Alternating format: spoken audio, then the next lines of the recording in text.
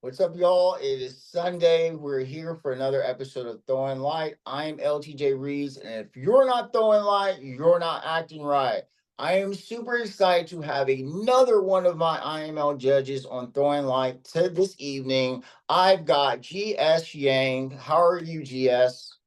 I'm good. I'm good. Thank you for having me tonight. It's such a pleasure. Yes, Yeah. of course. I'm glad. It's so fun planning these, and when I get to it, it's like because I'm like 3 months, 4 months in advance with planning interviews. So be at this point.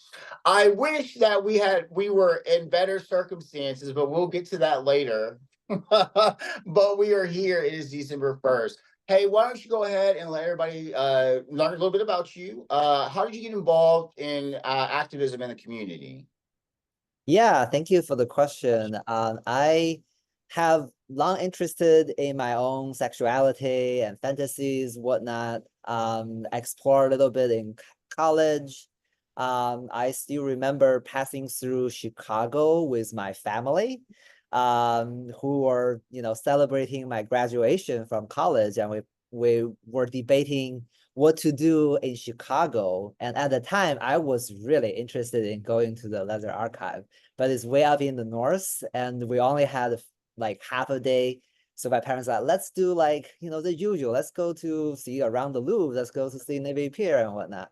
And at the time, even though I was out to my parents, I was not out as a kinkster. So I really struggled to make a compelling case of like why we need to travel all the way to the very northern edge of Chicago to see a museum.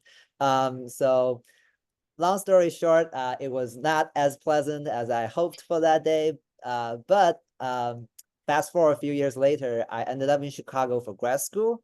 And my first apartment was actually one building away from the Leather Archive. So I think the universe has a way of roping you back to what you are really interested in doing. So since then, I've volunteered there. I've helped with the archive with their oral history project. And as an academic myself, I also helped the archive curated 2 exhibitions about rubber culture and puppy play, the history of puppy play. So that was one way of how I got involved in the community. Whereas personally, I've started exploring the community since the early 2010s, being a member of various clubs, and volunteered at different functions, including creating groups in Chicago that focused on educations on impact play, as well as a support group specifically for people who identified as Asian and kinky in Chicagoland. So we call it CKA, Chicago Kinky Asians. It started as a COVID mutual support group amidst the so-called Asian hate period. But then it grew out of that organically, and now we have over 80 members, and we maintain monthly meetings and vibrant online discussion group. So, what's it like coming out as gay in an Asian family and then also coming out as a kinkster in an Asian family? Right. So um my so I came to the state as a first generation immigrant because my family are all still back in Asia. So I remember coming out to my mom was in college, when I was visiting her at her place, and she clearly saw me kind of downtrodden and slightly depressed. So she asked me what happened. At the time, actually, I had a crush on a straight classmate. So that's a different story. But I had the longest hesitation of in 1 or 2 seconds, and then I had said like, "Mom, I'm gay," and Your she. audio, one second, one second. Oh, GS, your audio went out.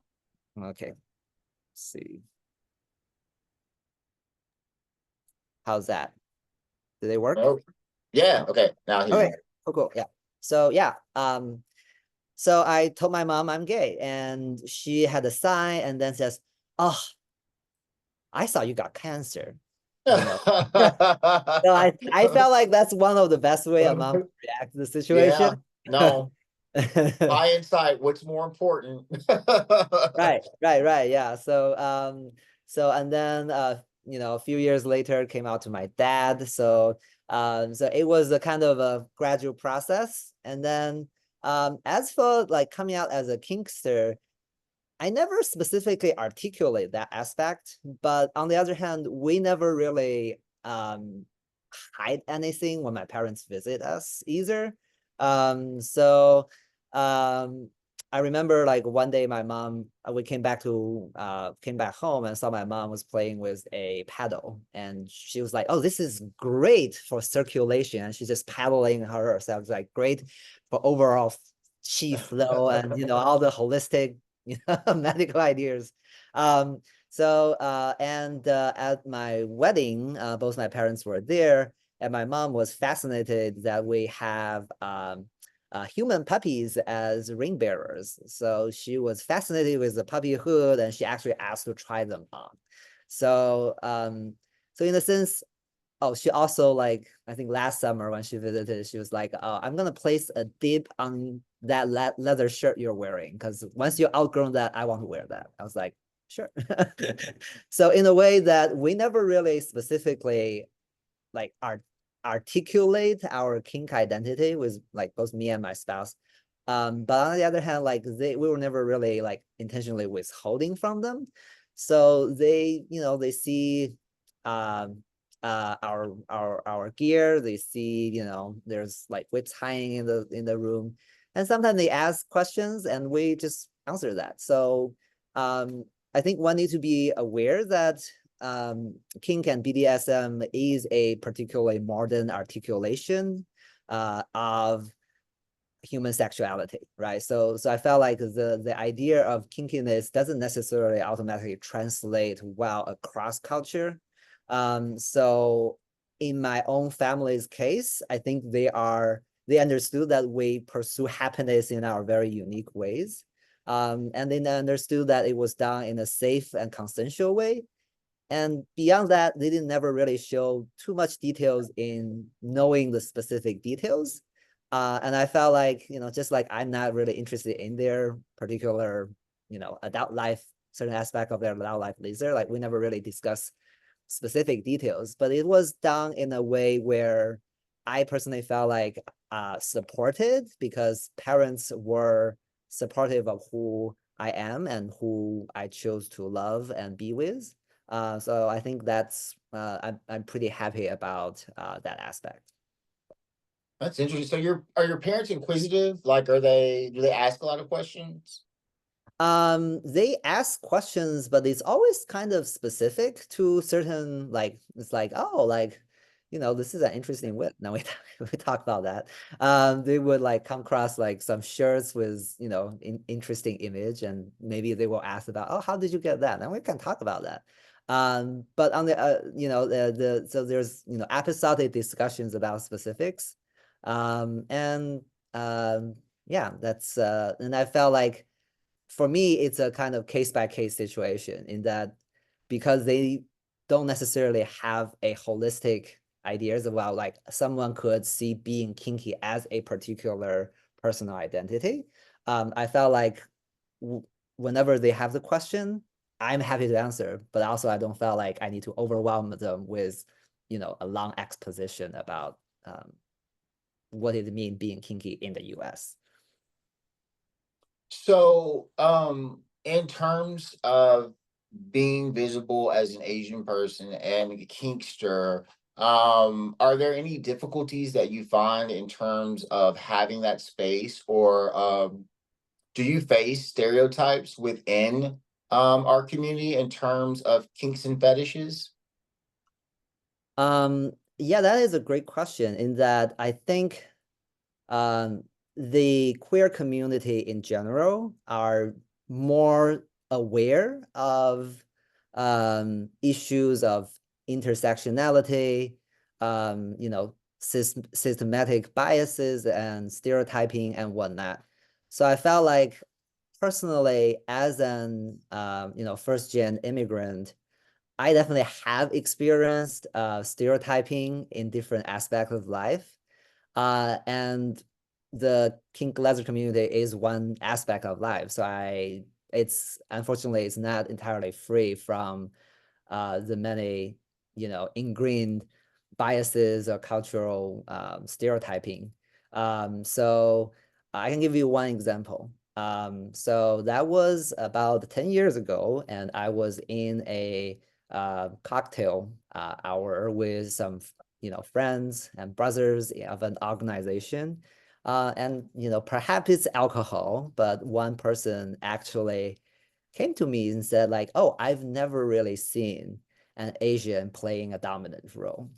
And at the time, before I could reply in any meaningful way, one of my friend actually just interjected and almost like was about to punch the person on the face. So it so I felt like in a way like very protected, right, by my friends and allies in such situations. But also on the other hand, I felt like there's unfortunately ingrained cultural biases, even among groups of kinksters who are supposed to be treating each other with camaraderie and understanding. So, we like you were one of my judges at IML and you had an opportunity to, judge 59 people, and being in that experience, and being a judge for IML, what particularly were you looking for as criteria for someone that you want to represent the community? Like, do you you know, to me, it feels like I shouldn't have to be the race that I want to help celebrate. For me, as you can see, I'm aware that me as a colored Black person, you're Asian. I'm trying to get all the people on here.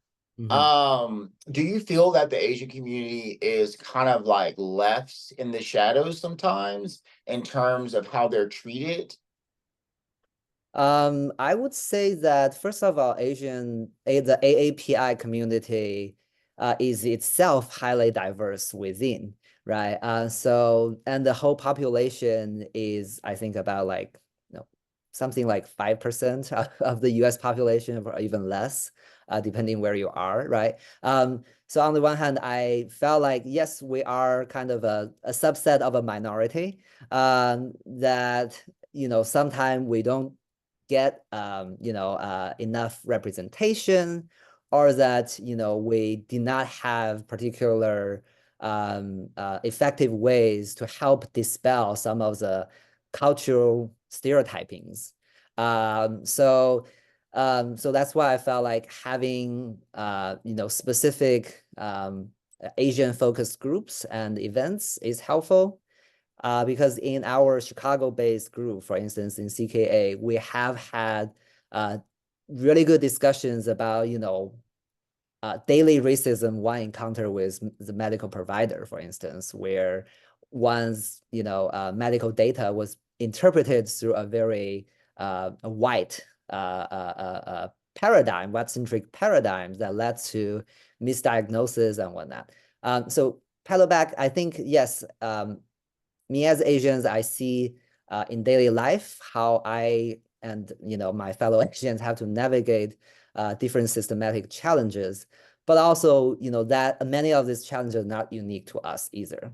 I people of Latino, Latinas, and other Black and Brown people, Indigenous folks have each their unique challenges throughout the daily life and throughout history. So I want to respect that and also say like, we each group face our own unique challenges, but I think we also that was a precise reason that we need to build intersectional alliances and try to foster solidarities to fight the greater injustice. Um, I don't know if that's answer the question in a way. This is how I look at it, but you have to face, you have a burden you have to carry. One, the burden of being Asian. Right. Then you have the burden of being a queer Asian. Then you have the burden of being a kinkster Asian. So That's a lot of um I don't think people quite understand unless you are a person of color that you have to leave your house wondering that, oh, am I going to be discriminated against? But you've got a multifaceted kind of complex features that you have going on in your life. And I just find that interesting because it seems like it's just a continual coming out of different things. You know what I'm saying? I joked, I posted on Facebook that I needed to come out 29 different closets. So like I totally get it. But I always find it interesting because I don't feel like people really talk about like the pain of how it hurts people when we stereotype them or we don't give them access to communities that they want to belong in. I will say being a part of the leather community has shown me how diverse we can be if we really want to be there, and that's great. Um, you know, my sash son is Asian. Ken, he is the second Mr. Austin Eagle. And Right. so I'm gonna have him over here in January. And Asian representation was a big thing that he brought up when he was running for the sash. Mhm. How can we do better? How can we be more inclusive? How can we not be ignorant?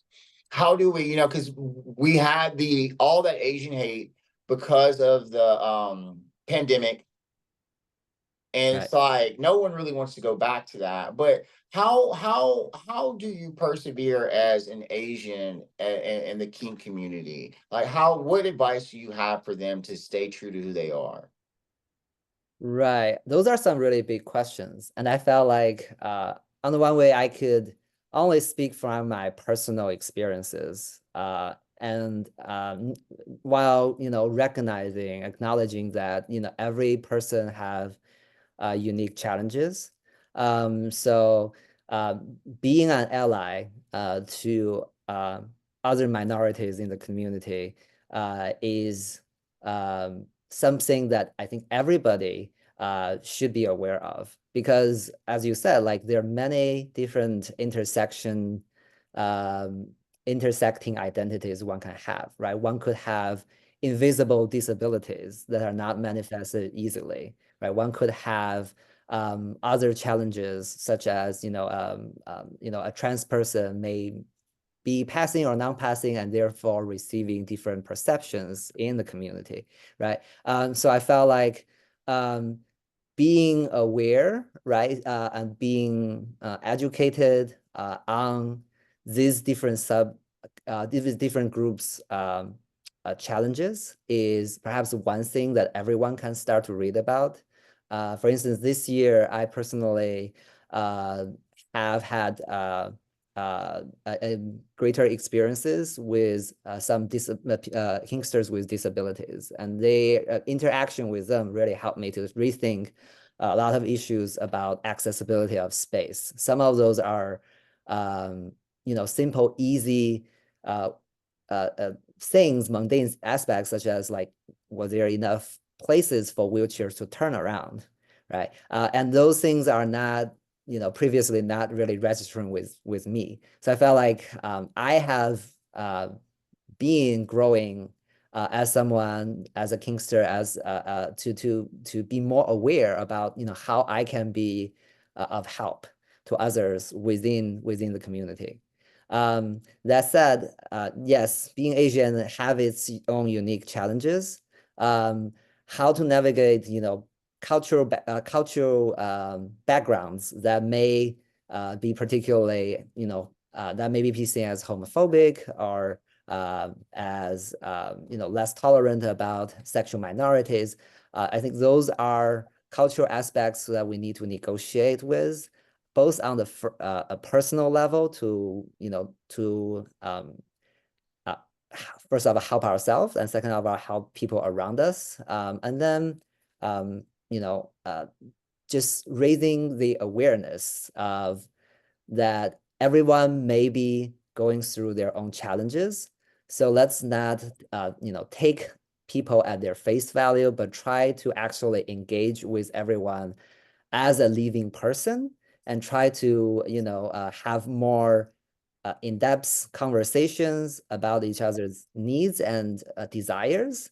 And I think that is a, that sounds almost like a platitude, but I really felt like it is one way that I think is um, uh, easily to do on a personal level is to make sure like one always remind oneself to think about, okay, if I'm in a space, what are some of the, visibly different people from me? How can I help, right? If there are people who are visibly not particularly engaging with a group, maybe I can help them, get introduce them to a fellow friend, right? So little things like that, I think really makes a difference. And looking back in my own kink journeys, I felt like a lot of time it's people like the friend who immediately interjected when someone said something racist. It's those moments that kept me in the community and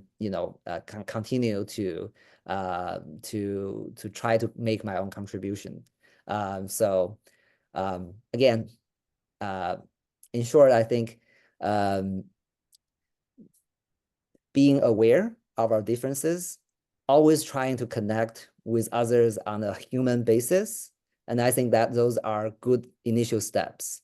As to like each subgroup's particular challenges, that really requires everyone to take some time, learn more about ableism, about transphobia, about um, challenges for undocumented immigrants and whatnot, right? So there are so many different things that we should be aware of, and I think oftentimes um, there's often a gap, right, between we understand something conceptually and actually interacting with others and their lived challenges. So, my question to you is now, like we discussed earlier, you're in a blue state and I'm in a red state. I'm in Texas, you're in Illinois. I find that the minority experience will be difficult, maybe more difficult in the red states. What is your advice for the Asian community moving forward with this new administration coming in January? We have seen in the past that they are, they can be very racist and lean into stereotypes. We're going back to this. How do we persevere as a community? That's a big question, and I really would love to also, hear your take on that since I don't really have a lot of experience living in a red state. Since my since my arrival to the US, I've always been living in the blue state one way or another. So I don't have a lot of experience in red states other than visits. So I'm curious to hear your thoughts on that. But let me tackle your question first. So I felt like um, the incoming administration, especially given their professed anti-LGBTQ bias, as evident in Project 2025 and other detailed documents. I think you're absolutely correct that we are facing significant challenges, and uh, I think we first need to make sure that we are mentally prepared in that, some of the people were talking about, we cannot move on until we first go through the process of mourning that we are coming to this, we have to face this incoming administration. So having mentally prepared for that, I felt like this is a time to build intersectional connections and intersectional alliances. Because as someone who's trained as a historian, um, I'm well aware about the challenges we face historically, right? So even though we may face efforts of reinstituting a lot of the terrible legal administrative barriers that set to queer LGBTQ folks, to immigrants, and to non-Christian, non-European heritage people. It's important that we speak up, and important that we find each other. In the blue state, I think we have the obligation to reach out and stay connected with folks living in red states and see, what are the things that we can help in tangible ways beyond making online posts, such as reaching out to Congress people, reaching out to senators, reaching out to local offices, and really ask, our town's councilmen and councilwomen, what are you doing to prepare us for the incoming administration? What are some of the things we could do to help people who may be, disproportionately impacted in other states? So I think there are a lot of things that one can do. Being able to make our voice heard is a major step, because as a constituent, we have to be able to uh, build up a level of visibility to be recognized politically. And if we again, I understand that many people face challenges, but I felt like folks in blue states perhaps have a safer environment. So I personally think I will definitely need to speak up more and be more visible, especially politically, to demand greater protections of people, various minorities living in our own place, but also asking our government representatives and other NGOs to see, what can we help? If things get bad, how can we send aid? How can we show support to people living in red states in other areas? So this is fascinating. Well, I'm in a red state, and obviously the challenges more or less is that the resources that you have in a blue state might not be the resources we have in a red state. I actually want to invite you to come back on this show in March if you'd be interested in, because there's so much more stuff that I want to talk to you about. We don't have we really haven't gotten to the meat of it. But I would like to come back to this conversation after the administration has taken power and we chat. So I want to just go ahead and formally invite you to come back in March. We'll talk about the date and when we get off of here. But I wanna we can really go in, delve into this once we know what kind of monster we're dealing with. Right. I think I even want to put a panel together at some point on, and so we can work on that. This is what I want to ask you. We're towards the end of the show. I asked everyone the same question. Was there any aspect? I know you wanted to talk about some things, but is there any aspect of our community that you feel that we're not shedding enough light on that we should be shedding light on? Um, I th- I'm interested to see more discussions about um, how can we do better with people with kinksters with disabilities. I know it is a big question, it's a big challenge, but this year my interactions with a number of these kinksters with disabilities really kind of opened my eyes about how much we could do to help them gain more access and support in the community. So if that's one thing that I have to choose, I will choose that topic. That's great. All right. All right, GS, I am so glad that you got to be on the show. I look forward to having you back relatively soon. This is definitely this conversation. These are the conversations that have to keep going, and it's going to take time. It's going to take a sense of being in the present moment, not worrying about the past and the future so much until we really know what's going on. But I do hope to see our community fight through the stereotypes and be humanized under this administration. I believe that we can humanize ourselves. But having you on just points to all the variety of complex issues that we face. And we are at a point right now where we need to throw more light and come up with solutions and be able to be there for each other to whatever capacity. If anyone's been discriminated against, they should know what it feels like. Anyone that's been no one should be discriminated against. There's unacceptable. And when you're mixing race into the situation and you're a minority, then it's an even harder battle, and you know this. Thank you so much for being on the show. I look forward to having you back. Y'all, that has been Throwing Light. GS, thank you. If you're not throwing lights, you're not acting right. See y'all later. Thank you. All right, let's see here. Oops.